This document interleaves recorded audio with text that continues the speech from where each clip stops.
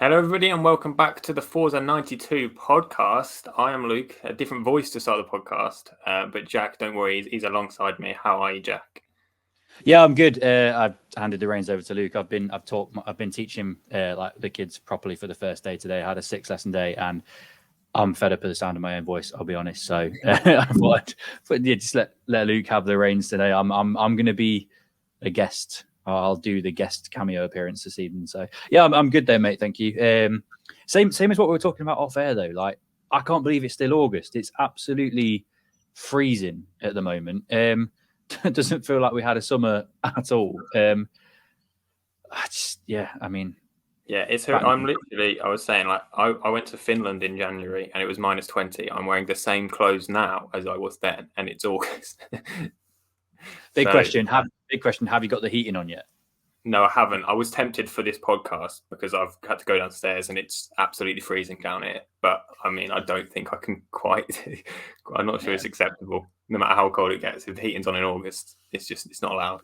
I mean, the prices have gone down on energy bills now, so the temptation to do it again is there, I think. But honestly, I don't mind winter. I mean, I think I always associate winter with like the football season and stuff like that. So I've always been a little bit more like pro winter.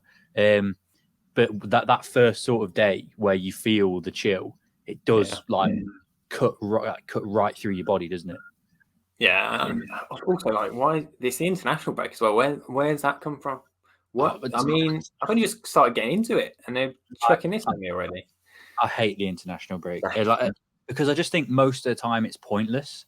Yeah, I love a World Cup, I love a Euros, I love a tournament, but just I understand that you have to qualify. I'm not going to be like snobbery. England should be there all the time. Absolutely not. Like I remember 2008 too well. It was like I was just about old enough to understand the gravity of England not making it to a major tournament. And yeah, it was. I just don't like international breaks because like football is like it's part of my Saturday routine going to matches. And if it's a Saturday where there's no football on, or the only game that I could watch is the Republic of Ireland versus Georgia or something like that, it doesn't hit me the same way that like Super Sunday does and stuff like that.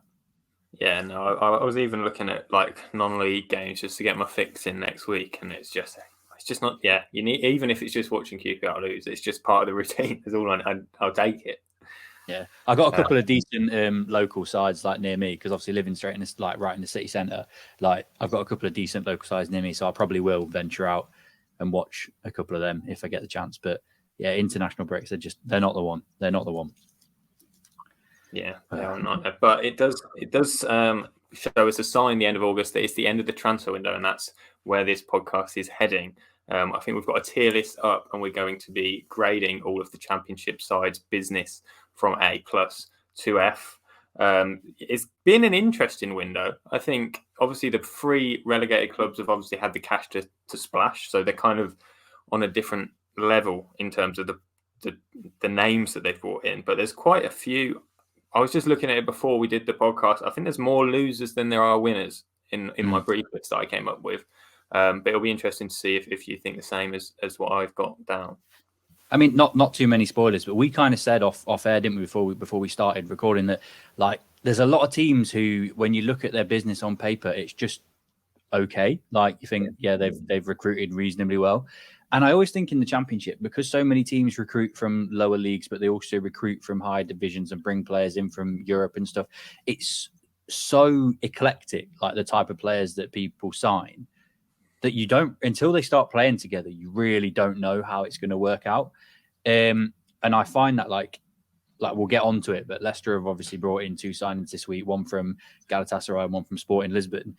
And one of them looked very good in his debut the night. The other one I've not seen play, but it's exciting. But you're also like, no idea. They could be world beaters in a few years, or they could just be crap. But there's so many. I was the same as you, looking through all the like sort of standout transfers, and I don't know if many teams have had outstanding windows. If I'm being honest, but we'll dissect it. How do you want to do it? Do you want to go like? Just it's easier for me because of my notes. Like, do you want to go alphabetical order, or do you want to is there any you want to start with a team that really stands out to you? How do you want to do it? Alphabetical order works for me. That's how I've got it down as well. So yeah, that's all good. Okay, so we are going to be making the tier list as we go through.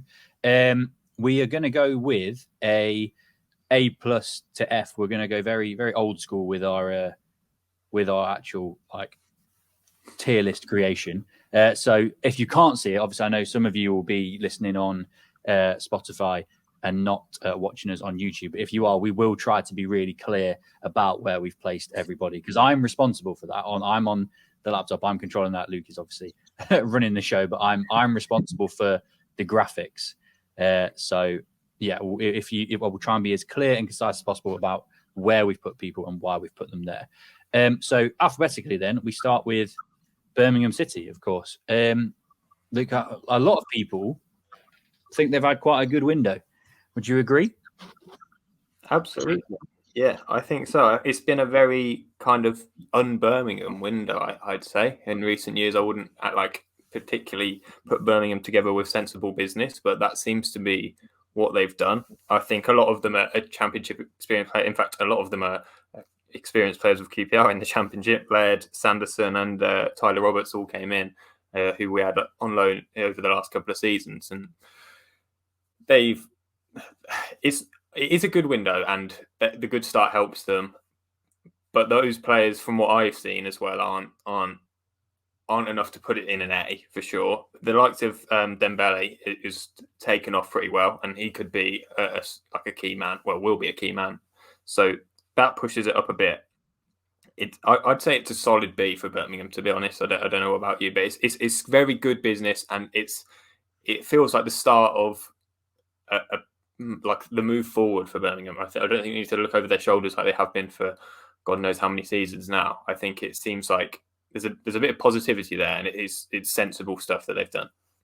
Yeah, I think they're definitely looking up the table rather than down this time. And if I break down some of the players, I mean, Dion Sanderson's always been one who I think for a while has kind of flattered to deceive. I think when he was at Sunderland, he was a bit hit and miss, but then Birmingham and other loans that he's been on, like people have kind of rated him. Buchanan was like broke through at Derby, moved away from Derby with financial troubles, and I can't say I know too much. But Ethan Laird is somebody who has had good stints in the Championship. Tyler Roberts, of course, and like you said, Siriki Dembele. I think one that I'm really excited to see, and I can't say whether I think it'd be good or bad, but I love the prospect of Jay Stansfield in the Championship. Yeah, I think he's somebody who's got a really high ceiling, and he was really good for Exeter. And now I think it's just to see that step up that he makes to the Championship, and obviously scored the winning goal at the weekend, so he's off to a really good start. But I'm inclined to agree with you. I look at it and I think solid, good Championship level players. Do I think it's outstanding? No. Do I think it's bad? Absolutely not. I would be more than happy to sort of place Birmingham in a B if we're in agreement on that. Yeah, I'm very happy with that. Yeah, easy start. So Birmingham go into the B section. Okay, so we've given Birmingham a rating of B. So from A plus to F, Birmingham are in the third best tier. Birmingham fans, please don't be too upset with us. That's quite good compared to some of the other things we're going to talk about. So next along, that'd be Blackburn, right? Yeah, and yeah. So this is the 8-0 win last night, I think it was, would suggest otherwise, but I'm afraid that's the only positive I'm going to have from Blackburn in this episode. Like, I don't think the windows had. I mean, they've brought in 4 players, so and none of them are going to pull up any trees, I'd say, or unlikely to. The lad from Brighton, is it Moran, are we linked with as well? So I mean, I would have liked another addition for QPR, and we'll get to that later, but he could be a solid player. But if you also look at the players that they've obviously lost, Brereton Diaz being the key one, that's a massive hole for the last couple of seasons, and there's no one of that stature that's come in to replace him. Yeah, I mean, I like the feeling around Andy Moran. Like, I know that shout out to Kev from the LFC Day Trippers podcast. I know that he was somebody who I've seen is been quite vocal about being quite excited about Andy Moran. Obviously, he is Irish, so he keeps up to date with quite a few of the Irish players. Other than that, though, I think it is really important, like you said, to factor in the outgoings as well as the incomings. Like, we didn't really talk about that with Birmingham, but in terms of their outgoings, the only real one that you look at and say it could have a real effect is Bellingham, maybe. But other than that, I think Blackburn's outgoings compared to their incomings, it is quite a risk. I don't want to say a risk because it isn't, because it's kind of risk free because they've signed a couple of free transfers and a loan. But one thing that I will say for Blackburn is I think they are very much going down a route of, like, their academy seems to be very strong at the moment and they're investing in that youth and it's paying dividends. I mean, they beat Watford. I mean, it wasn't a classic game that I watched at the weekend, but it was a very, very Blackburn performance. They were solid. They were really hard for Watford to break down. They were limited to sort of chances from distance, and Mateus Martins had a couple of really good efforts. But other than that, Blackburn very solid, and a bit of magic from Hedges won them the game. But looking at the window, I think if they were to maybe bring in 2 or 3 more signings before the deadline, then it improves. At the moment, I think I'd probably have it. I definitely don't think it's an F, because I think that would be really harsh, but I can't put it much higher than a D, I don't think. Yeah, I was going to say a D or an E for me. So, I mean, I'm happy with either of those. I think if they lose, I don't know if they have yet. No, if they because there's a lot of rumours about Adam Wharton. If they lose him, I think we drop it to an E. But as it stands right now, I'd probably have Blackburn in D. Any agreement on that? I'm happy with that. We'll see how the rest of the list pans out, but yeah. I mean, we could do this again at the weekend when the window's closed and start moving everybody around because they do players or make a quality signing. But yeah, so Blackburn are in D. Who's next, Luke? Bristol City are next, and I think it kind of perfectly sandwiches in the middle of those two clubs. In my opinion, they've done some, again, similar to Birmingham, kind of sensible business. The likes of Rob Dickie is a solid championship player, what has been for us, despite the last kind of 6 months of terribleness at Queen's Park Rangers last season. Jason Knight's an exciting player. So yeah, there's nothing like crazy, but I think it's a solid championship window. Obviously, Alex Scott, though, maybe that takes it down to Blackburn's level. Just thinking about that now, actually, and De Silva as well is a man that's had a fair few minutes for them. So maybe I'm taking my C back and might be putting that down to a D. See, I think I could maybe live with them being in C, but then my argument, I appreciate your argument about Alex Scott, but I think what you argue in response to that is that they recouped about £20 million for him, which for a team like Bristol City is a significant amount of money. Now, on that, obviously, I am somebody that will rarely listen to Nigel Pearson slander, and I know there are certain other podcasts who really don't rate him very highly. I think that he's somebody that if you give him time and you really back him to bring in the players that he wants and sort of characters that he wants, he'll be successful. And he's sort of said I don't know if it was today or yesterday, but in a press conference or in an interview, he's been very critical and very upset about, I think he may have been promised funds that he's not been given, maybe from the Scott sale. And like I said, like when at Leicester, he came in and I know this is kind of it's a long time ago, but he came in and he had a very, very overweight, overpaid squad, and he shifted them all out and brought in his players. And he kind of has done that first part at Bristol City where he's taken a lot of those very highly paid players and shifted them out, but they haven't really, this year in particular, it doesn't look like they've backed him massively to bring in the kind of players that he wants. Yes, he's brought in 3 or 4 good players, but with that Scott money, you'd think that opens the door for him to at least bring in 2 or 3 more. So I think the money that they've got for Scott probably puts it in a C. If they'd have lost him for a lot cheaper, then I'd maybe move it down because they still have potential before the deadline to use some of that money to improve. And I know that's kind of me being a little bit more optimistic, but I think the players that they've brought in are better players than what Blackburn have. Yeah, no, I'm happy with that. My initial reaction was to put them in the middle of those two. Yeah. So Bristol City go into C. But again, subject to change, because if they go and sign 2 or 3 brilliant players with that Alex Scott money, then they might even move up. But we'll see. Next on the list would be Cardiff. Cardiff, yeah. I don't think this window, obviously I haven't had any money to spend, so I don't know if I consider their business better because they've had that, or that's just, it's their own fault. So maybe I shouldn't be so kind. But I don't think it's as good as it looks. In my opinion, I think Aaron Ramsey obviously is the star name in there, and does look, to be fair, better than I was expecting him to over the first couple of games. Josh Bowler, again, a decent, if not really quite a good championship player as well. Karlan Grant has had a tough few seasons, and I can't see him getting 10 goals for Cardiff this season, to be honest. And then all the others are kind of unknowns.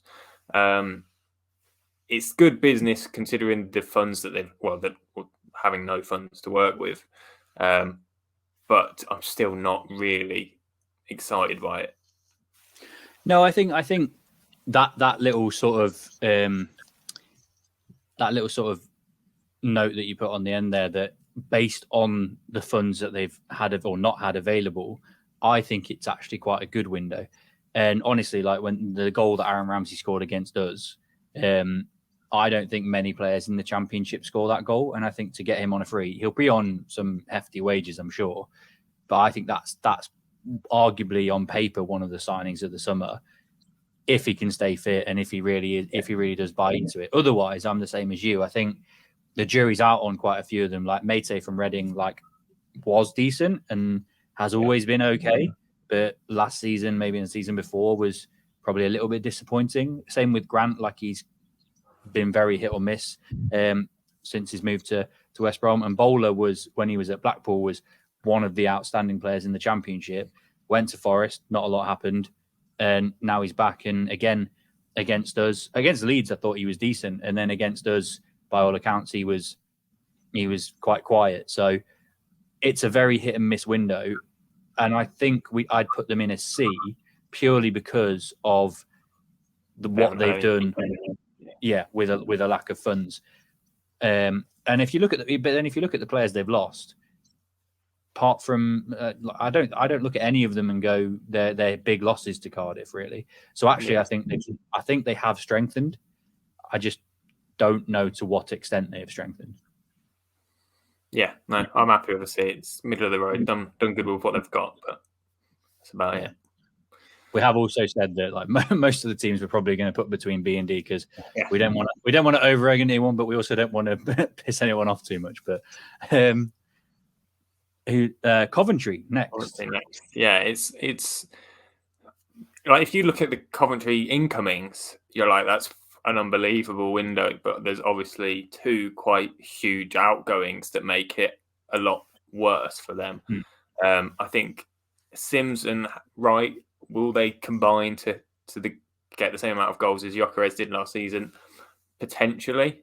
From Sims' early few games, I mean, we touched on it a couple of weeks ago.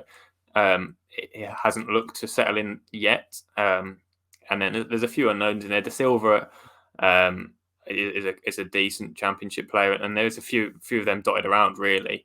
But it's just those two huge losses in Hammer and Gyökeres that good fees for both of them, in fairness, which I mean I'd say it's got to be a B at least, because they've got decent fees for those players and they have improved the squad as a whole. It's just whether or not it can go any better than last season, because those two star men were obviously on a level above everyone else in the squad. Yeah, I mean, I really like. I know you've highlighted the strikers. I don't think they've replaced Harmer yet. I think they've done their best to replace Gyökeres. I think Wright and Sims are very, very similar style players, and to have two of them for less money than you sold Gyökeres for, I think is good business. The two signings that I've been most impressed by, I think, were Bobby Thomas and Latibeaudiere. I think getting Thomas, I think he looks like a decent player, and a pickup for only about 2 million, and then Latibeaudiere on a free from probably a playoff pushing rival in Swansea, I think is good business. I would be more than happy to put them in a B. I think they've had a good window. I think if they can bring someone in to replace Harmer or somebody similar, I know there's talk about maybe someone like Ayari being like that, but I don't think he's on the same level as Harmer. Yeah. If they do before the end of the window, then easily an A. Right now, it's comfortably a B, I think. Yeah. I'm happy with that. It's gonna be tough to get an A. Yeah, no, I genuinely think so. Like, even I'm not even going to try and be biased. I'll be honest. I think like I know like when it comes to Leicester, I'll be like, oh, our window's been brilliant. I don't think it has, but we'll get there. We will try and remain as unbiased as possible. Huddersfield next. I think this might be our first one below a D. Yeah, absolutely. I mean, it's obviously in a similar bracket to Cardiff in terms of haven't spent a penny. So, but if you look what Cardiff have done and you look what Huddersfield have done, they're worlds apart, really. They've brought in Wiles, who's a solid player for Rotherham, and Edwards for Stoke. But if those sides weren't willing to kind of, if those sides weren't like hanging on to those players, then obviously they've gone to a championship rival. And I saw Edwards against Plymouth, and he didn't excite me too much. So there's nothing there to get excited about. I mean, I think, is it Bergsorg? Who knows? And that's, like you said earlier, kind of the unknowns are the best kind of thing sometimes, because you can get excited because you don't know what you're getting excited about, but at least you know it's exciting. It's not. I mean, it's got to be an E at the most. I think really they've got worse. Yeah, I think the most important thing for Huddersfield is trying to keep hold of players. Like I said when we played Huddersfield, I was really impressed by like Radoni, and then I think they've lost Camara since then to Udinese. Like I think keeping hold of their players is more important than maybe bringing players in, because if they don't have money, you have to be really smart. And I think they've tried. I think Maxwell from Blackpool, Wiles from Rotherham, Edwards from Stoke, and like they're all like Championship, maybe upper League One level players. Like you said, Bergsorg, however you pronounce his name, is a gamble. Like, I'll be honest, I know nothing about him. So it's a gamble. I don't feel comfortable putting it above an E, though.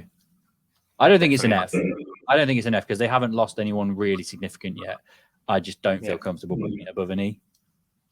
Yeah, no, I'm happy with that. And I think there was quite a lot of they did. Yeah, like you said, they did well to get the main players tied down as well. Because I think they had Danny Ward and Josh Koroma out of contract at the end of last season as well. So, like to not lose those guys that Warnock likes, and that was key keeping the squad together, because they were never going to be able to replace them. Yeah, I'd agree with that. So Huddersfield are in E, which brings us on to a team that you are really, really impressed with in this window. I'm still a little bit jury's out. I'm kind of with this window. I'm kind of similar to how I am with Cardiff. The difference is obviously they've spent a little bit of money, but I'm kind of similar to how I am with Cardiff, but maybe a little bit more optimistic. But you are happy with the business they're doing, aren't you? Like I don't know what's happened. I've got wrapped up in the whole experience, and I'm all for Hull having a great season. That's not a great experience, is it? The Hull experience. Not many people have been wrapped up in a great Hull experience, but I have. And Aaron Connolly, on paper, is nothing major as your kind of marquee signing. The only one that know that like he's a decent fee for a club mid-table in the Championship with no parachute payments. So yeah, he's not unbelievable under Hull. For Hull, he seems to have hit the ground running again, like he did when he was on loan last season. So something to get excited about there. And then there's the exciting ones that you haven't heard a lot of. I think it's Lokilo, not sure. Simmons as well. I mean, who knows what his level is at the Championship. But then also you've got the likes of Scott Twine, who could really tear this league up. I thought he was going to have a great season for Burnley last year, but didn't really get much of a look in with injuries and just coming back from injury when Burnley were hot. So, and then Delap again, he's not hit the form he should have done in previous loan spells, but maybe I really like Liam Senior as well. So that's kind of, but I don't know why I've just accrued a bias towards Hull for some reason, and everything they do, I'm just seeing the positive spin on it. They need more. I think they probably need a couple more reinforcements, and they are linked with I can't remember what his name is, a loan signing from Aston Villa, and they probably needed another defender. But they were linked with Keenan Davis, weren't they? But he's He's apparently going to Udinese today. I saw they've had a bid accepted of about £2 or £3 million, which would be a big move for Davis, to be fair. But that's the one I've seen. I think really with Villa, I think they probably fancied money over a loan. Yeah, I think there was like I can't remember. It was someone with a long name, and I'm just butchering it really. But there was someone anyway. They probably needed it 2 more. I'm happy to put them in a C, but I think come the end of the season, we'll look back on this as a better season, a better window than Cardiff have had. But then, looking back on it, is it as good as Birmingham, Coventry? Probably not. Yeah, and I think one thing that I think maybe if there was like a between B and C group, I think that I like the players that Hull have brought in. I think the reason we're all kind of a little bit more positive about it is because apart from Lakilo or Simmons, the rest of them, we know them. Like Connolly is a decent player. Allsop's been a decent championship keeper. Scott Twine is a good player when he's fit. Vinagre was in the Premier League last year. Like these are good players that we know in the UK, and I think we kind of maybe fancy them a little bit more. But yeah, do I think they've had as good a windows as Birmingham and Coventry? No. Do I think they've had better windows than Cardiff and Bristol City? Yes. But does that mean that maybe we move Coventry and Birmingham up and then put Hull in B? Potentially. I think we could definitely move. I think we could definitely move Coventry up if we're doing that game. I think we could definitely move Coventry up. Yeah, I'm happy with that. Because at the moment, I'm thinking, who are we ever going to give an A or an A plus to? Probably no one. Are you okay with that? Moving Coventry at 1 and then put in Hull in B? Yeah, that's good. I like that.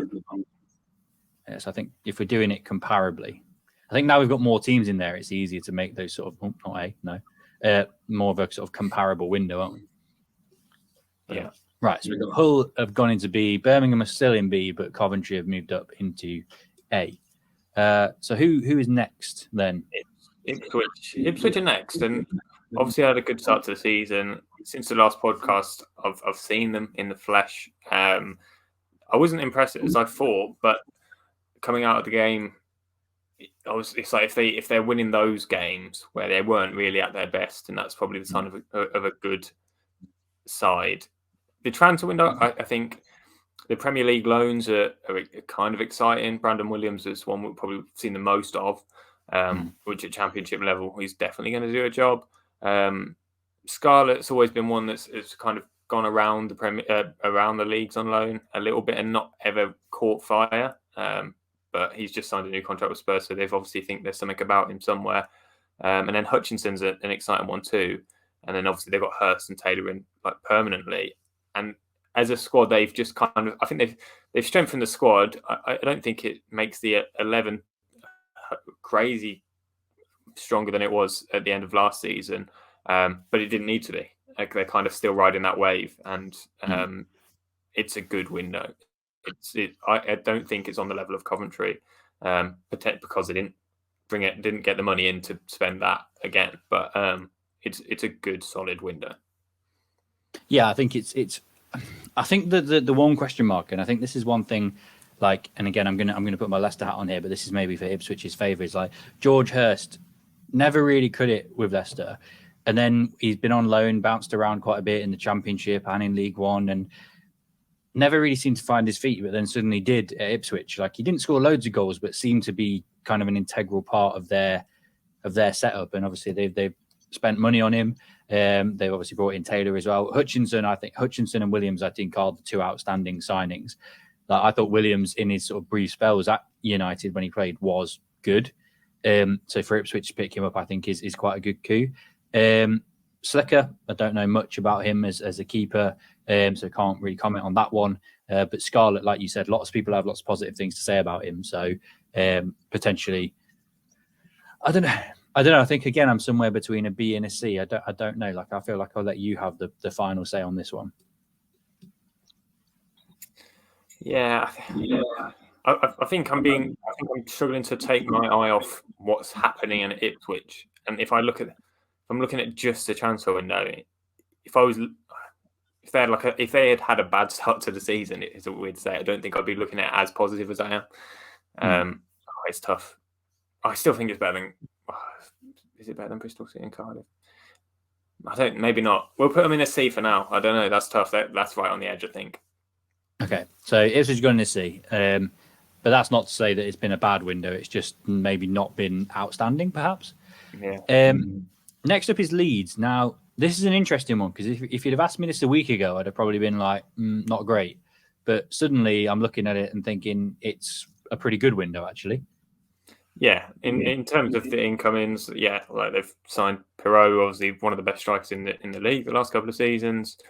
So that's a big addition, and kind of the crucial thing that they needed is someone to stick the ball in the back of the net. And we've just got Jed Spence as well, who we know at championship level is a top quality right back. So that will help. But overall, that squad, like the Rodon signing, Byram, Darlow, and Purdue as well, like it's good, very good championship players, isn't it? Really. Yeah, I mean, I'm just thinking, being conscious of this. I don't think we need to have too much of a discussion about Leeds. I think now, as it stands, they are firmly in an A at the moment. If you think about the quality of players that they're bringing in, I think it's an A because, like you said, Pirot, Ampadu, like Darlow, Rodon to an extent, and Spence. When he went to Spurs, you'd have easily said all four of those are probably Premier League level players. Yeah. And Leeds have brought them into a championship side. I think it's an A. I mean, you could argue that, like, if you look at a lot of the players they've got rid of, but the weird thing is, because of their clauses, they've got rid of a lot of those players on loan. So if they go straight back up again, have those players back. Should Daniel Farke want them in the Premier League next year? So I actually think it's an A window if they go straight back up. Yeah. I think if they that don't, long list of loans is a problem. It could be a problem if they don't go back up. If they go straight back up, that long list of loans is good because they will bring those players back in, and that their squad will get stronger again, and they won't have to spend that much money. If they don't go straight back up, it's a problem, isn't it? Yeah, absolutely. I'm happy with that. I need to scroll down a little bit because Leeds, for some reason, where are Leeds? Top row, second. There they are. Just going to put them in B for now and then scroll up and do it. So Leeds are in A. Next up, who's next up? It's Leicester. Oh, isn't it? I'm terrible at the alphabet. Right, I'll if it's okay, I'll take the lead on this one. Take it away. Interesting one, I think. It's an interesting window. I like all the players that we've brought in, I'll be honest. Whether they all like make the grade, I don't know. I think Harry Winks, Cody, and Callum Doyle in particular have been outstanding. Callum Doyle, I would break the bank to sign him permanently next year, whether we stay up or whether we go up or stay in the league. I would break the bank to sign him. I think he is absolutely class, and I'd love to see him play in a more central role at the back. Winks is too good for this division. I'm sorry, like he's not a big enforcer. He's not going to score you loads of goals, but just he is so integral to how we play, and he's always on the front foot, always looking forward. Cody, I think as a leader is what we've been missing for a long time. I know he's not actually kicked a ball for us in anger yet, but just he's heavily involved in everything that's happening. He's traveling to every game. He's like this week. It's Pride weekend in Leicester this weekend, and he's, despite being injured, gone out of his way to go and like meet some of the people from Fox's Pride who are like the Fox Pride, the Pride fan group, and he's really buying into what we're trying to do. And I think Maresca still hasn't picked who his captain's going to be, and I think that's because he's waiting for Cody to come back into the team so he can be the captain. Hermansen, I'm not being funny. He's, as a goalkeeper, he's got one of the best passing ranges I've ever seen. So again, buys perfectly into it. He does have his flaws. I think if teams drop big set pieces onto us, we might be in a bit of trouble because he's not a big, imposing goalkeeper. Brilliant footballer, brilliant shot stopper, but he does have a flaw, which is probably why we've picked him up for about £5 million. Mavididi looks exciting. Casadei's been influential in the games that he's played. Obviously got the winner against Cardiff, was hugely influential against Rotherham, changed the game for us really when we came on. Akjun apparently looked really good against Tranmere, but it was against Tranmere, so how can you, like, it's a harsh one. And then obviously today I've just brought in Fatawu from Sporting Lisbon, who hasn't kicked a ball, so can't comment. I think it's an exciting window. I think it looks good on paper, and by the sounds of things, Maresca wants to bring a couple more in as well. But flip side, the outgoings, we are starting to move a lot of the deadwood now, which is the one thing that most Leicester fans will have said we should have been doing. And I think that's the most important thing. If you look at it, the money we've spent, we still haven't even spent the entirety of the Maddison money yet. And we've now got Barnes money, and we've got Castagna money, and probably other players will go who will get reasonable size fees for. And yeah, I think the window on the whole has been pretty strong. I think though at the moment I would put it in a B, because I think we need another centre back, and I a lot of Leicester fans will tell you I still think we need a striker, like an actual number 9, because I think we are our 3 strikers are still really out of form. I think Vardy scored against Tranmere. Hopefully that does really good for his confidence. Again, it was against Tranmere, but I'd have liked us to try and sign Pirro, but I don't think maybe he's suited the way that Maresca wants to play. I would probably put it in a B at the moment. I don't know if I'm being harsh because I'm too close to it.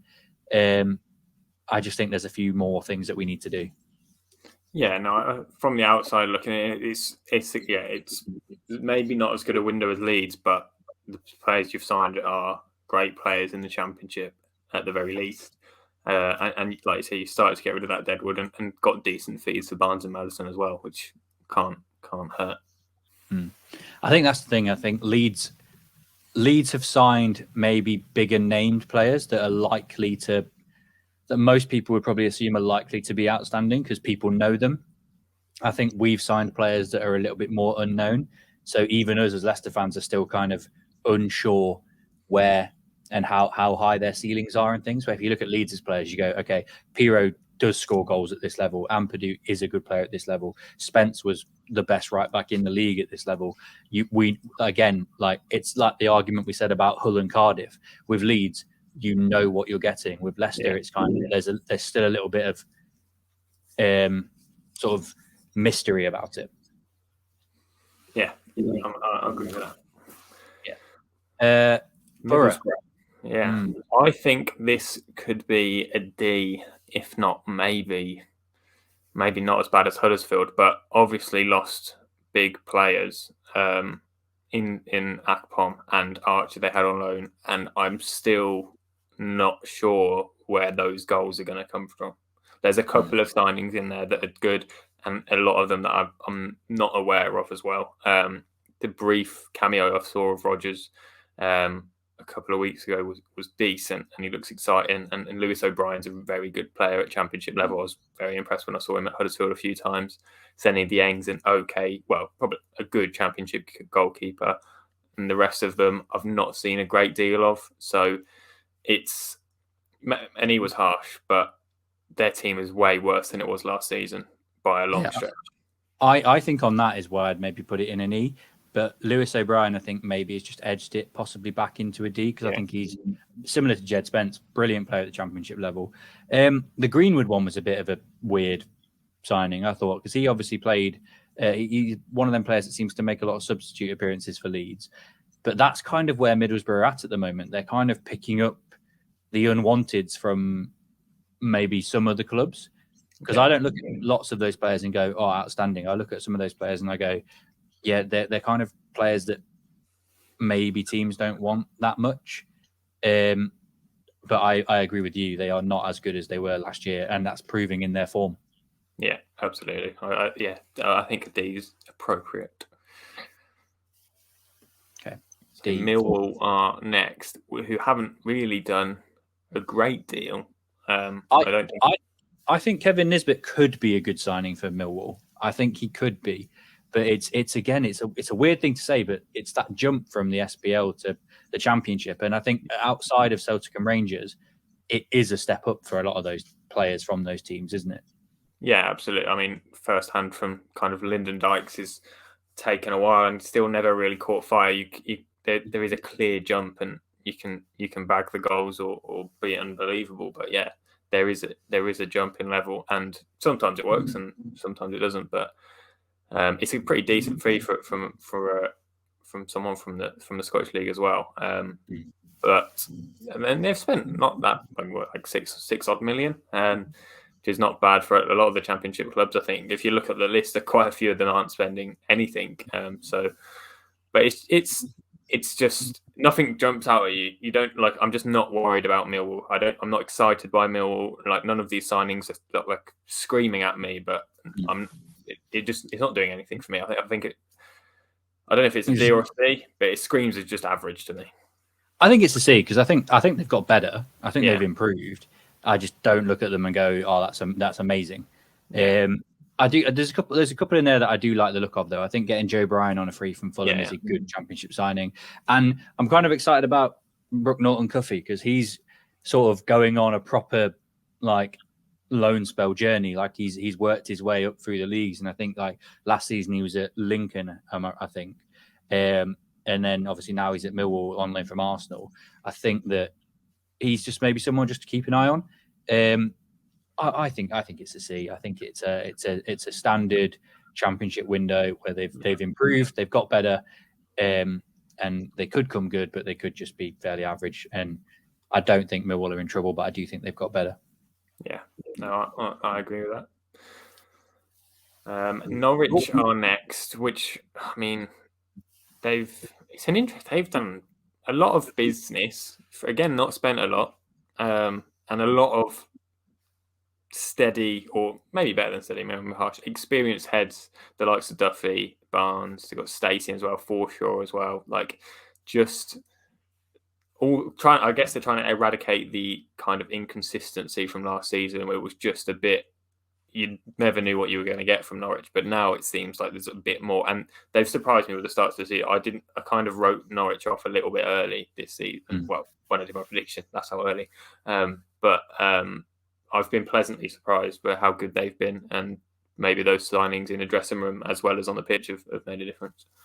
Yeah, I think they're. If I look at them, they're not very Norwich signings because Norwich usually go for sort of young players that are going to go up and they have the high sell value. If you look at a lot of these players like Barnes, Forshaw, Duffy, they're players who they're probably either going to maybe next time they move drop down the leagues or maybe retire with Norwich. And I think their job is to do exactly what you say, is to come in and enhance and help and support those younger players that they've got.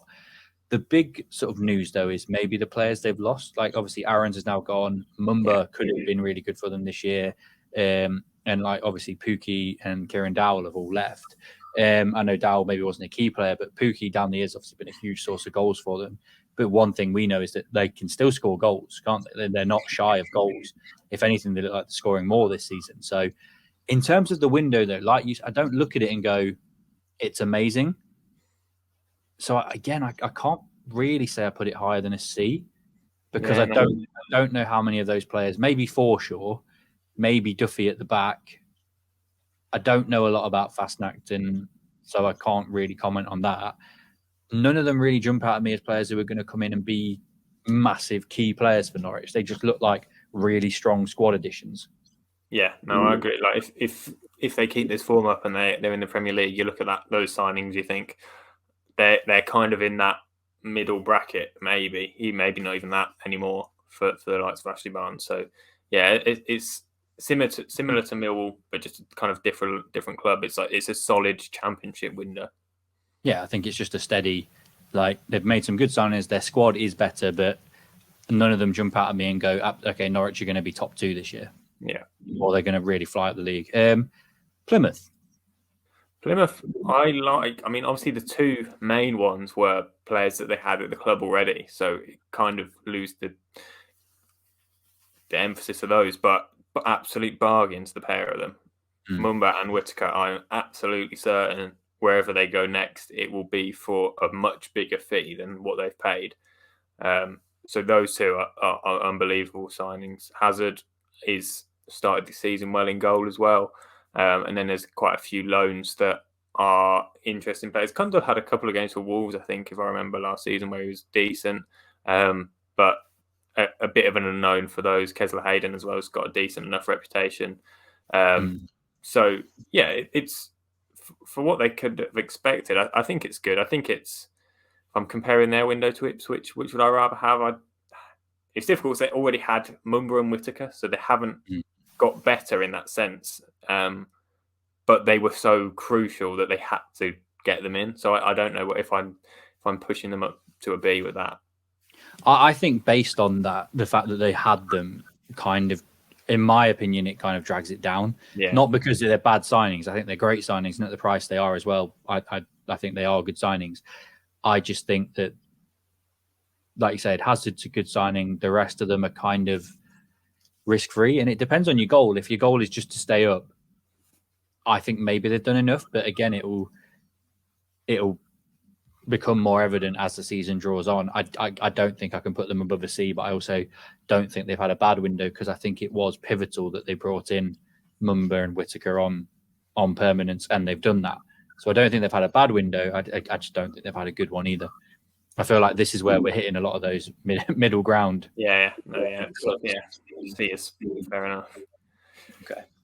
But Preston are next, and I feel like I need to apologise. Preston have been, since I said that Preston might go down, they've been absolutely brilliant, haven't they? They started the season really well. Yeah, they've had an unbelievable start. But if you just looking at the list in front of me, I don't know how.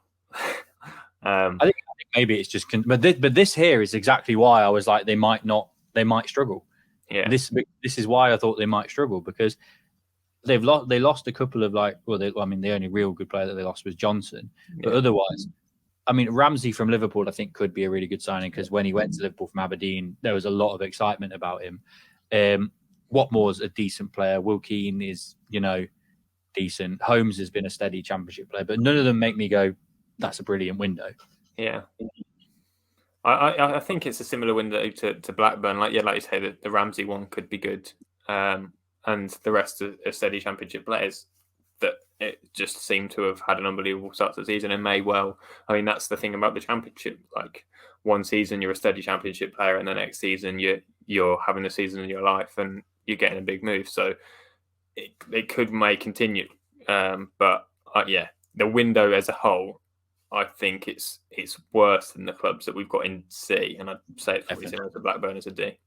Yeah, again, I don't think it's a bad window, so I don't think it's quite on the level of Huddersfield, but it's just I think it's a bit disappointing. Like, and if you factor in, there was a lot of talk for a while about Tom Cannon, and that's kind of who they were hoping for all window, and that just looks like it's dead in the water now. Yeah.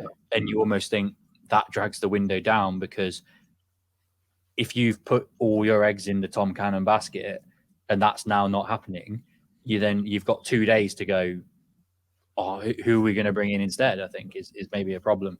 And obviously I don't know what's happening behind the scenes at Preston, but a lot of the sort of Preston groups that I follow from the Twitter account, a lot of it has been very Tom Cannon central. And yeah, I think maybe it's disappointing they've not picked him up, but if they do bring him in, I think maybe you could push it up to a C, but it looks a little bit dead in the water now. Yeah. All right. Your boys next up. QPR next. And I think monologue, son, do it. Yeah, if I take my QPR head off, looking at those players, and obviously another club that have spent no money because we haven't got any to spend or we can't spend. Although we did sign Richards for a fee, we just don't know what it was because we had an obligation to buy from Brighton, which I don't know who signed off on that, because he played less than probably 180 minutes over a couple of substitute appearances last season, but we had to sign him because we had an obligation to buy in his contract, which seems ridiculous. So now we can't even make the squad, but we spent all of our transfer budget on him, presumably. So that's a big frustration. The rest of the players are sort of, Jack Colback is a solid Championship signing. So is Begovic. Steve Cook, I'm really happy about as well. Like, really experienced, and we needed that because obviously lost the likes of Johansson, who was our captain before. Seny Dieng, obviously the Begovic kind of replaces that hole, and Rob Dickie as well. Steve Cook kind of fills that. So I think we've filled the holes that we lost, and Smith's a player that I like. He's not going to tear up the league like he did in League Two and get as many goals, but he's industrious. He works hard. He's a player that you like. Like when you're not hoping for a lot in the Championship, you just want someone that's going to put in a shift. I used to love Jamie Mackie back in the day. all he would do is just chase down loose balls, and most of the time they'd already going out, and it's all for no reason really. But it just gives you a little bit of a lift sometimes. But there's still so many holes in the squad, which is weird to say. We're crying out for a right back, absolutely desperate for one. We've only got Lyndon Dykes as a striker. Obviously got Sinclair Armstrong, but it's his first proper season, and his can't do 90 minutes. His body just can't take it at the moment because the kind of explosive player he is. And with Dykes out now, we haven't got another striker to support him. So that's an issue. Those two, if we filled those two positions, I'd be quite happy with the window, considering the situation we're in. But I'm looking at just the players, taking my QPR head off, and I think it's a C. Because I think it's better windows than the likes of Blackburn and Preston, because we've brought in decent Championship players. But I only think it's worse because I can see on a regular basis that there's still massive problems with that squad. But maybe that's the thing. Maybe there is still an imbalance. Like if I look at your window and then we go back to Cardiff, Ipswich, Millwall, I don't think it's as good. Like, yes, you've plugged some holes, but like you said, you're crying out for a striker. And one thing we know is that if you can't score goals at any level, you are in big trouble, I think is a problem. And Lyndon Dykes, even when he is fit, is not a really prolific goal scorer, is he? Yeah, and he's crucial right now because it's all we've got. So, yeah, we needed somebody to share the load, and it doesn't look like that's going to happen. On the other hand, we've kept Chair and Willock, which at the start of the summer you would have said there's no chance, but I think there wasn't that many suitors for them. Willock has been injury prone as anything the last 2 seasons, and is pretty much useless to us now because we've had 45 minutes out of him all season. So he's not. It would have been good to get a fee for him, to be honest, because we're losing for nothing now. Che, I'm glad to have around because he'll play every game. He's always fit, and he adds real quality. So keeping him, I'm quite happy with. Although it did look at times we could get a decent fee, and we would have had to sell to buy. So that's good in a way, another positive. But yeah, it's probably in between a D and a C. I think, and this is not me trying to be mean, I think we probably put it in a D because I don't think, comparably to the teams above you, I don't think your window has quite been as strong. But there is still a day and a bit left. It could change if you did bring in a couple of other players, because there are still quite a lot of players out of contract who are really good, who I'm surprised people haven't picked up, which might be ideal for you. But I think if we just do it on a comparison basis, it's probably a D, isn't it? Yeah, I think so. We haven't got better. We've just filled the holes that we lost. Yeah, you've just maintained, haven't you? I suppose. Yeah. Which is the same as what we said about Preston. Yeah. Okay, next up is Rotherham. They might be able to join Huddersfield potentially. There's maybe not. Maybe it's slightly better. Grant Hall is Rotherham. I don't know. Like, if you'd have told me this a couple of years ago, with players like Onyedinma and Phillips and Hall, maybe Caffey before he'd gone to Forest, like I'd probably be like, yeah, it's a good window. But I don't know. Like we played them at the weekend, and they were definitely the weakest side we've played so far. And a lot of those new players did feature for them, and they were by far one of the weaker sides we've played. They weren't.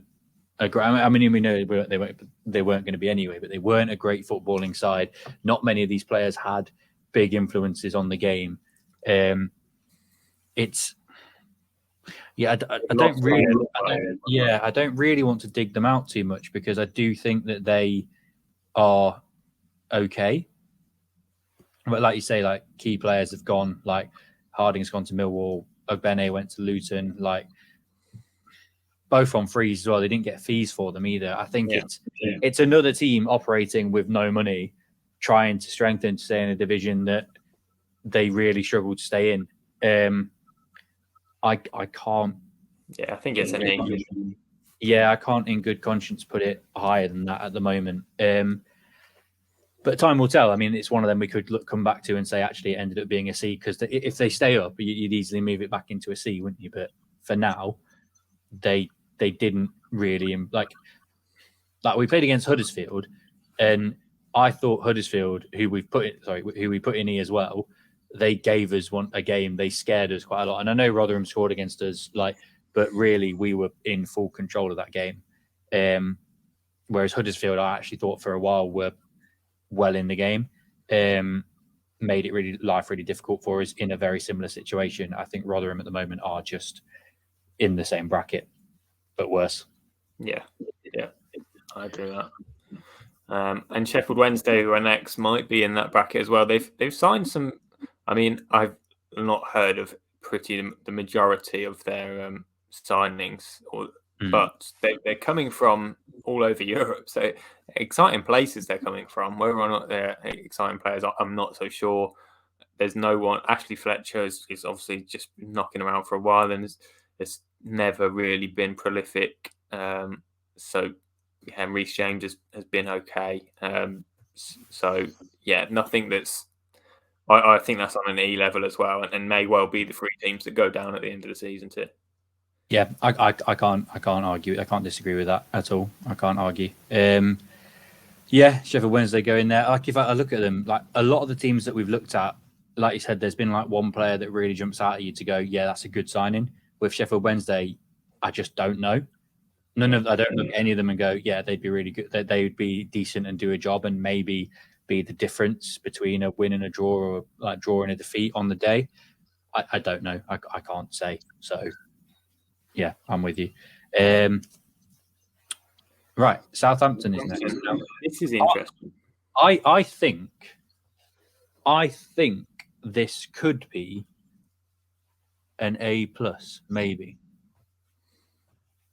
Yeah, I mean, first of all, the money that they've brought in is absolutely unbelievable. Like the waiting around for the Lavia fee and getting a few tens of millions on top of what they originally wanted is great. They've got a great fee for Livramento, considering he's had one season really. To get 35 million for him is great.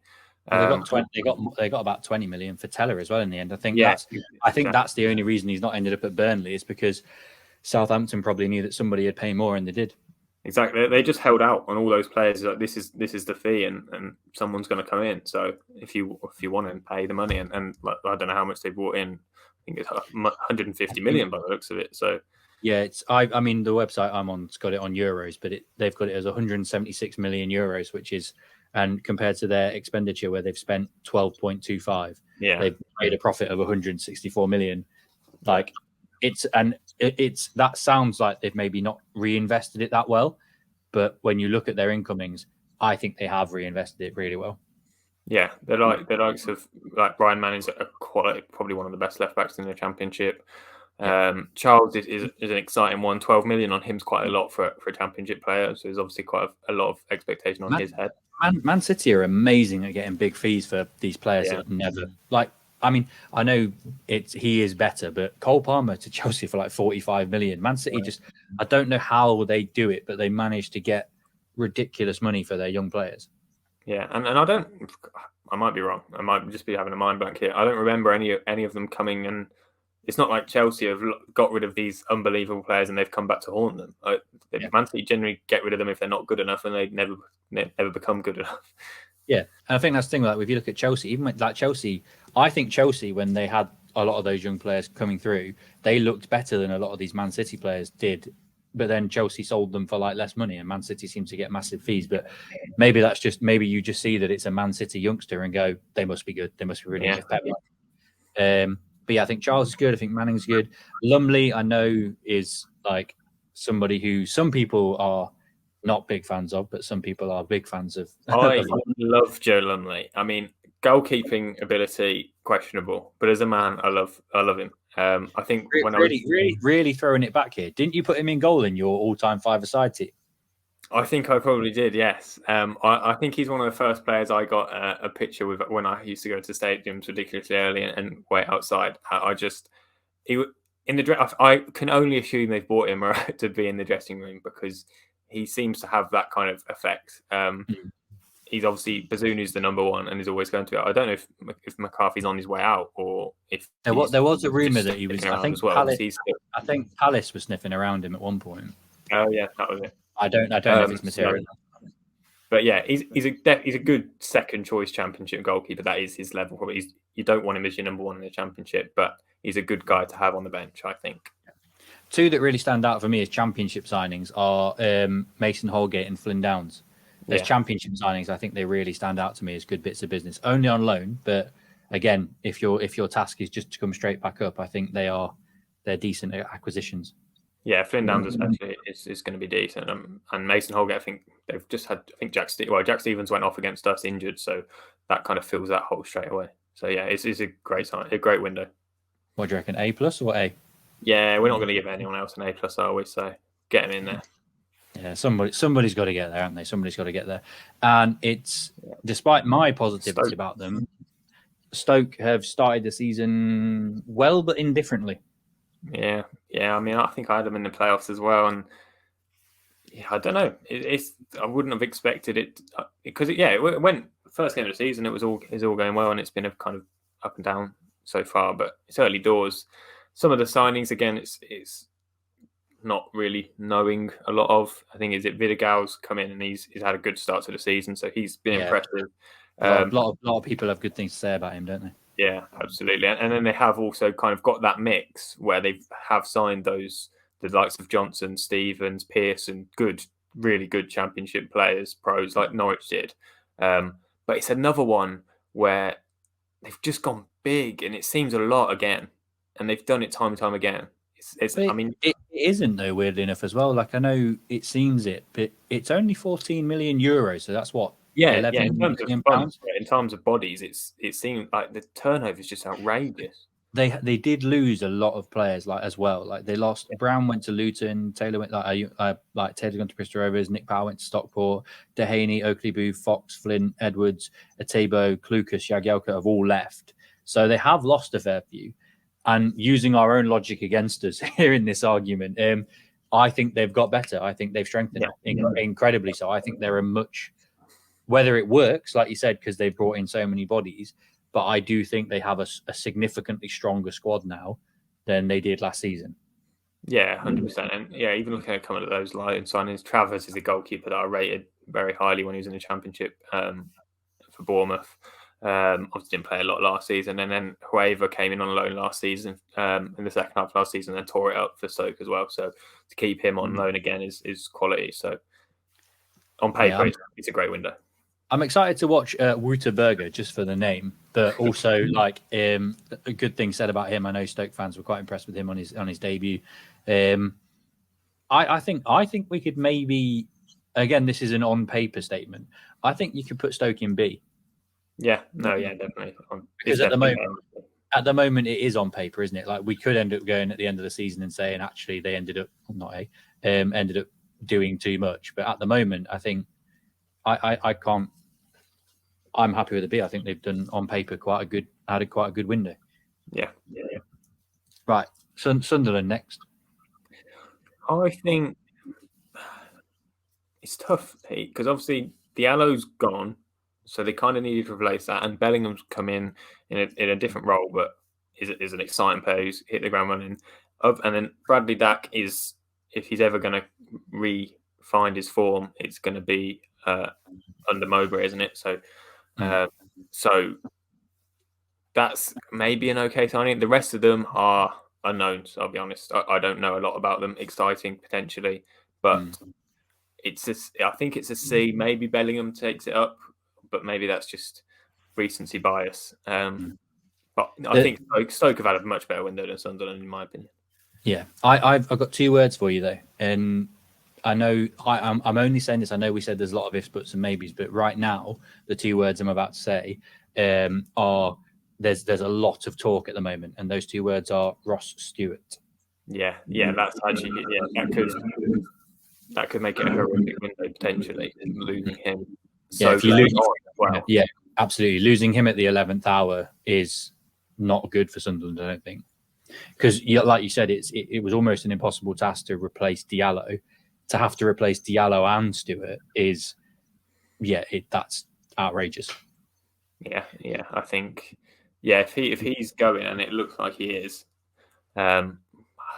is that such a big loss that they won't be able to replace him in time? I imagine not properly anyway. They might sneak a Premier League loan in or something, but I think that could make it.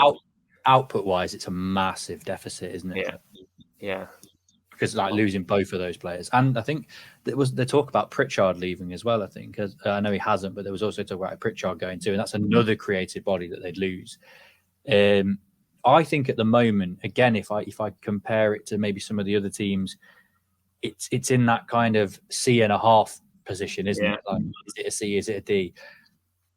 I think I'd maybe put it similar to yours and Preston's window, maybe, but also similar to Millwall's and Plymouth's window. But Millwall and Plymouth haven't lost anybody, so I think that's what makes it slightly worse. Although it's only Diallo at this stage, but I think I'd say it's closer to D than it is C, just about. Yeah, I think we have to. What we have to do is just put our colours to the mast. I think, based on how exciting Sunderland seasons was last year, I think it has to go in a D, because I think there was. I'm one of them. I thought Sunderland have a really strong window, strengthened because it's a big club with a big fan base, a lot of positivity there. But that seems to be drying up a little bit. That positivity, they could still come good by the end of the season, because it's a marathon in the Championship, definitely not a sprint. But I think Sunderland at the moment are looking at a D. Yeah, no, D. Yeah, sorry, D. Sorry, Sunderland fans, D, not an E. Sorry. Next up. Yeah, Swansea next. It's obviously losing Perot is tough. I'm surprised that they lost Whittaker, although it kind of seemed inevitable. Manning again. They've got worse, haven't they? Really, they've they've lost Pirro, Obafemi, Bender's gone to Fulham, Whittaker, Manning, Latibeaudiere, and Cham. They've all gone. Yeah. The players they brought in. There's a couple in there who excite me. Like Yates was really good for Blackpool, really exciting player. Yeah. I think Charlie Patino's got really good things. People got really good things to say about him. Obviously, I know a reasonable amount about Harrison Ashby from obviously conversations with Ewan and like watching a few Newcastle games and things. Otherwise, a lot of those players are risk signings. I'm not even going to try and announce the player who they brought in from Troyes. And Ginnerly from Hearts is, again, signing from Scotland is a risk. Yeah. They have, I think you're right. I think they've got worse. Yeah, I think that's it. Considering how much worse it is, I mean, a lot of those players, well, not a lot, Obafemi and Whittaker weren't at the club, so that's kind of irrelevant. But they've got it's definitely a D, because that's it's a considerable amount. Like Yates is good, but the drop off to Perot is big, and it's definitely. I think it's a D, isn't it? Really. I think if we're doing what we've said for some of the other clubs, we're talking about on paper. On paper, they've got worse. Yeah. It might not translate to the pitch by the end of the season, but right now they are a worse team than they were last year. Yeah. Cool. Penultimate team, Watford. I mean, I don't think I'm that happy with Watford signings, to be honest. It's Tom Ince, okay, fine. Jake Livermore, I think he's past it, in my opinion. Jamal Lewis probably needs it. They've got the kind of the players that are known of, and other than that, haven't done that. I to be fair, before looking at this list, I just assumed that they'd done way more business than they have. Do you know why I think it seems like they've done lots more business? Is because loads of players have come back from loans at Udinese and whatnot. Like, you never know with Watford, because half their squad for the next season could be on at Udinese this season. Yeah. So it's an odd one. I'm the same as you, though. I look at their squad, and I don't look at them and go, they're amazing. I think Livermore is past it. I think Ince is always he's always somebody who'll get a few goals and assists in the Championship. I think he's a decent player. Other than that, I wasn't that impressed by them. Jamal Lewis could be a good signing for them in the Championship, though. Yeah, no, I agree with that. But I just think if we're obviously it's a different like level of they've come down quite recently from the Premier League, so the expenditure and the level of player they've got compared to Swansea is different. But if we're looking again at who they've lost, the likes of Pedro and Sarr, that's massive. And I don't know who's filling that hole. Where Tom Ince is not the player that Ismaila Sarr is, and I don't see anybody that's replacing Pedro there. I mean, you go through the whole thing, and even experience or anything, they've lost Pedro, Sarr, like Bacuna's gone, Assombalonga's gone, Dominguez Quina's gone, Cabasele, Cleverley's retired, Cathcart's gone, who was a key part of the centre back. Gosling, who's an experienced player, is gone. Like who's the lad? That Kamara, who was on loan at them. Yeah, that's all. He was good last year. I think it's a D again. I think they could reinvest some of that money on deadline day. They could improve, but I think it's a D again. I think it's a. Yeah. I think again they're worse than they were last year. Absolutely, I agree with that. Which leaves us with West Brom, the Baggies. Haven't done a lot. I'm going to put my neck on the line here. I think this is an E. Yeah. Go on. I'll let you. It sounds like you've got something to get off your chest. I know. I think West Brom are in. I don't think they're in trouble, like in terms of being relegated or anything like that. You know how when we were growing up, it was like every season West Brom were in the Championship, you were like, they're going to be near the top, they're going to be fighting, they're a good side for this level. At the moment, I'm like, meh. You know, West Brom. West Brom, like they brought in Josh Maja, who was a free transfer. Worst thing he ever did was leave Sunderland. I think when you look back, he had that really brief, decent spell at Everton, didn't he? Like where he looked good for a couple of games and then went off the boil again. Didn't work for him at Bordeaux. Hasn't worked for him anywhere else he's been, and I don't think it'll work for him here either. I just don't think he's cut out for it. Sarmiento, I think, is an exciting young loan player from Brighton. Any young loan player coming in from Brighton, I think you should be positive about personally. But again, you look at players they've lost, like O'Shea's gone, Livermore's gone, he's a leader, Button's gone, Rogic has left, Grant's gone, Gardner Hickman's gone on loan to Bristol City. Like, yeah, I don't think it's a good transfer window. And I disagree with me if you want. I just don't think it's a good window at all. No, I don't think anyone's had an F disastrous window. I can't look at anyone and say that is absolutely awful. I just think it's an E. I think it's for a club like West Brom, their fans will not be happy with that window. Yeah, no, I agree. Like, yeah, the two players that they've signed could be exciting, but if you're looking at the start of the window, you'd want that and quite a bit more done to be where West Brom want to be. If that had been 2 among 5, it would have been fine. But if that's just the 2, and you've lost O'Shea and Livermore and the names you mentioned, then it's not really good enough, is it? No. And I mean, they're probably, I think, because if you look at the 4 teams in the bottom, Huddersfield, Sheffield Wednesday, Rotherham, you got 3 of those teams you'd expect to be maybe in the bottom 3, and West Brom. I think West Brom out of those 4 are the closest ones to being in an F. Yeah, I don't think they are, because I don't think they haven't been absolutely ransacked of key players. Like they haven't stripped all of their prized assets. They're still going to cause problems for a lot of teams.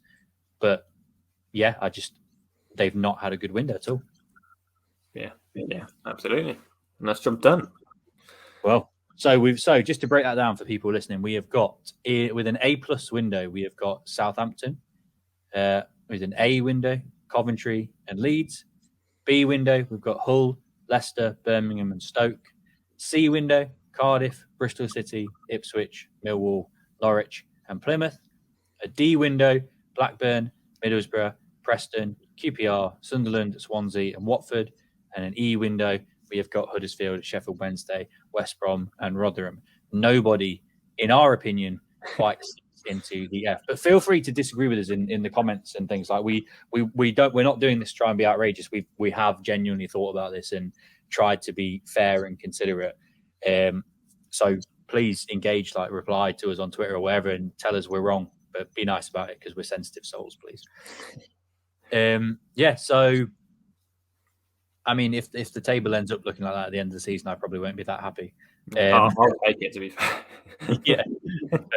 I don't know if I'll be that happy, but yeah, I think that's fair enough. Would you like a game of Obscure Footballer of the Week before we go? I mean, I'll give it a go. I mean, I was speaking to my dad on the way to, I think it was QPR Ipswich, and just embarrassed of my lack of knowledge of the obscure footballers because he was playing along. He didn't get the last one either. To be fair, I'll call him out here. So I just said I just want one across the season. I got one, and I'll be happy. Okay. Next week, I'll be nice. Next week, you can pick the player, and you can test me. You can test mine. Next week, you can. Because I did kind of throw this on you. We weren't going to do this. I've just kind of thrown it on you because everyone loves the games. Like loads of people have told me that they like both of our variations of the game now. People really enjoy Fergie time as well. But we'll take it. Right, I've got a player in mind. Where is he? I need to get the info up. Just bear with me 1 second. No worries.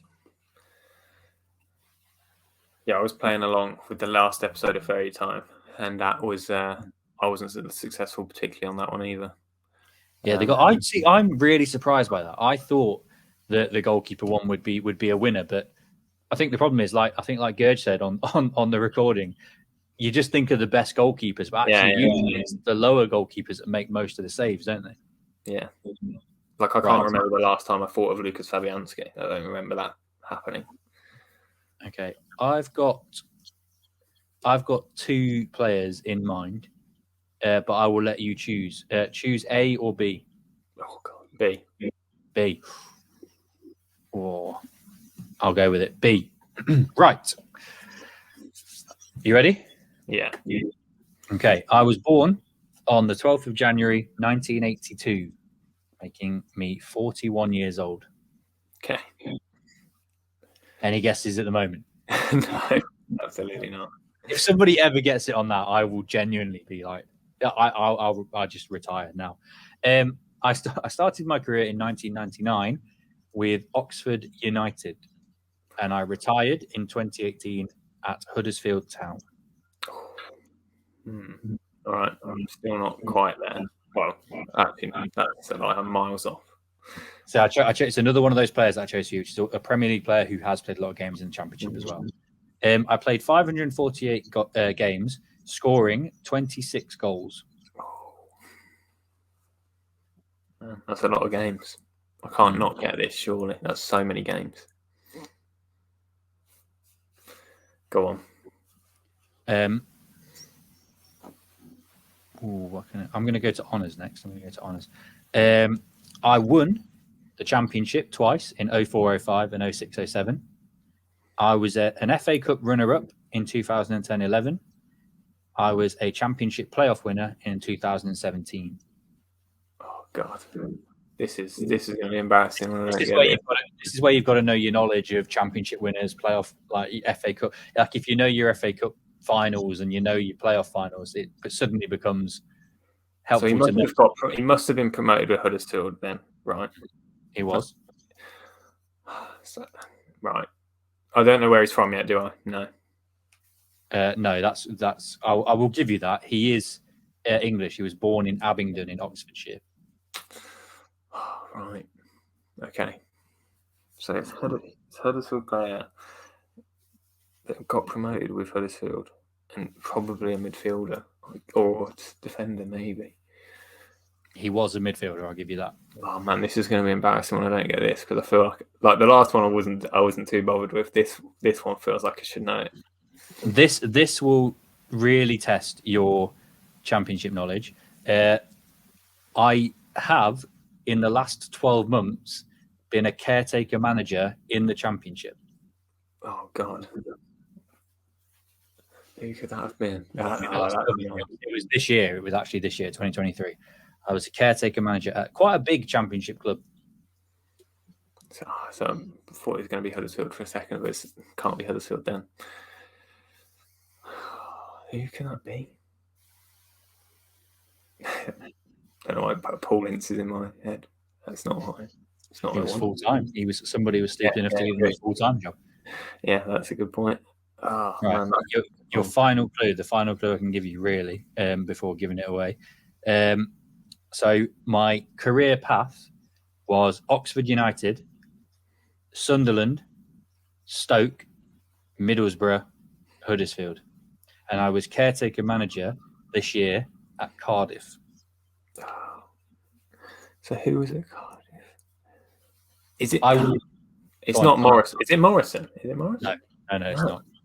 Who was I there? wouldn't focus on that. I'd focus on the Sunderland, Stoke, Middlesbrough trajectory.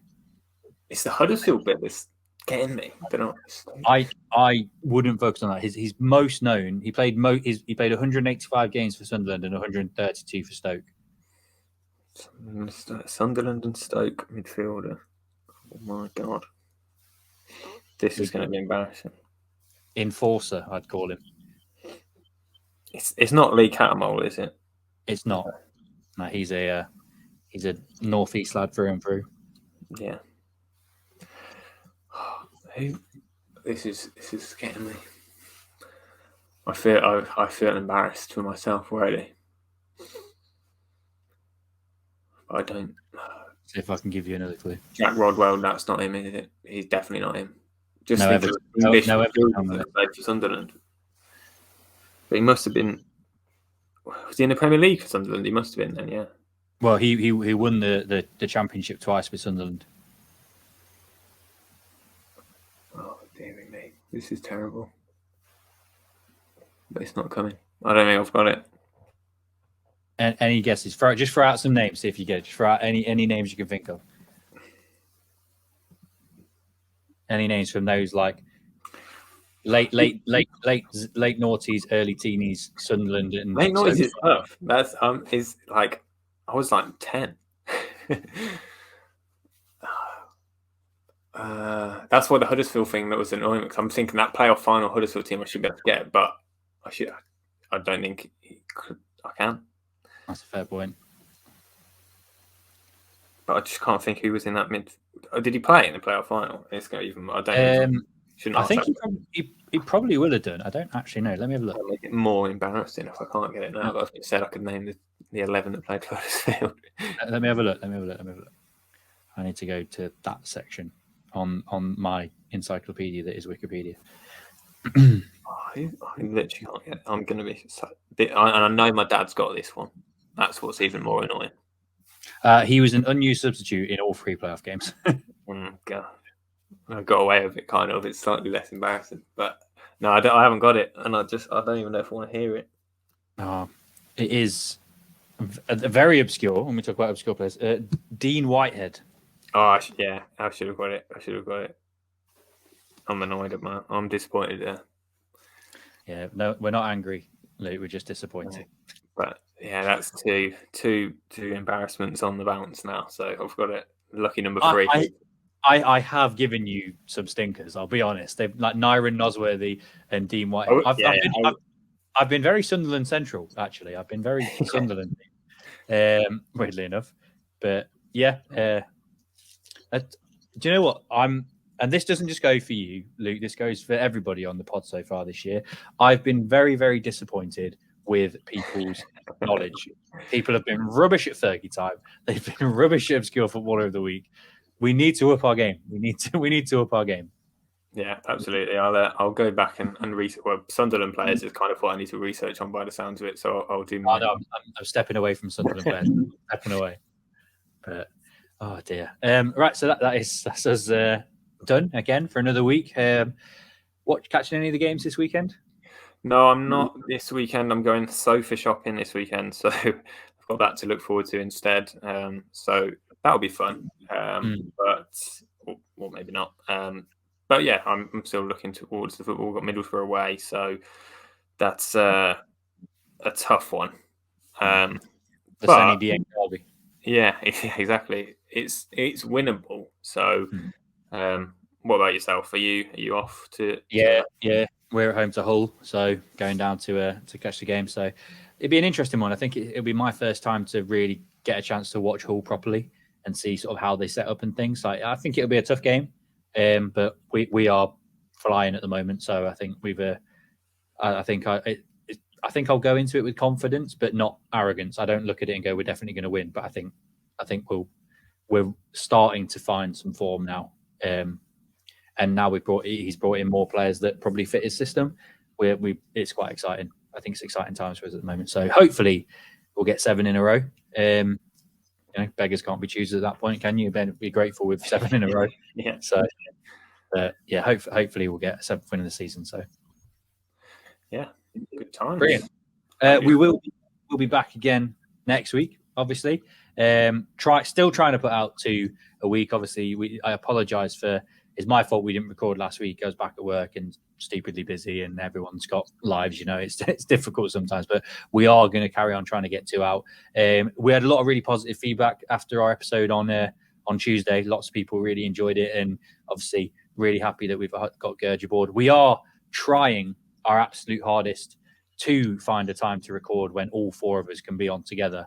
But it's difficult. We've all got lives and jobs and things, but we are working towards it, and hopefully that'll happen one day soon. But yeah, thanks again for joining me this evening, Luke. Thank you very much. Hopefully we both get the results we're looking for at the weekend, and hopefully you find a nice sofa. Yeah, that's the plan. That'll be the ideal weekend. Cheers, mate. Take care, and I'll speak to you next week. See you later.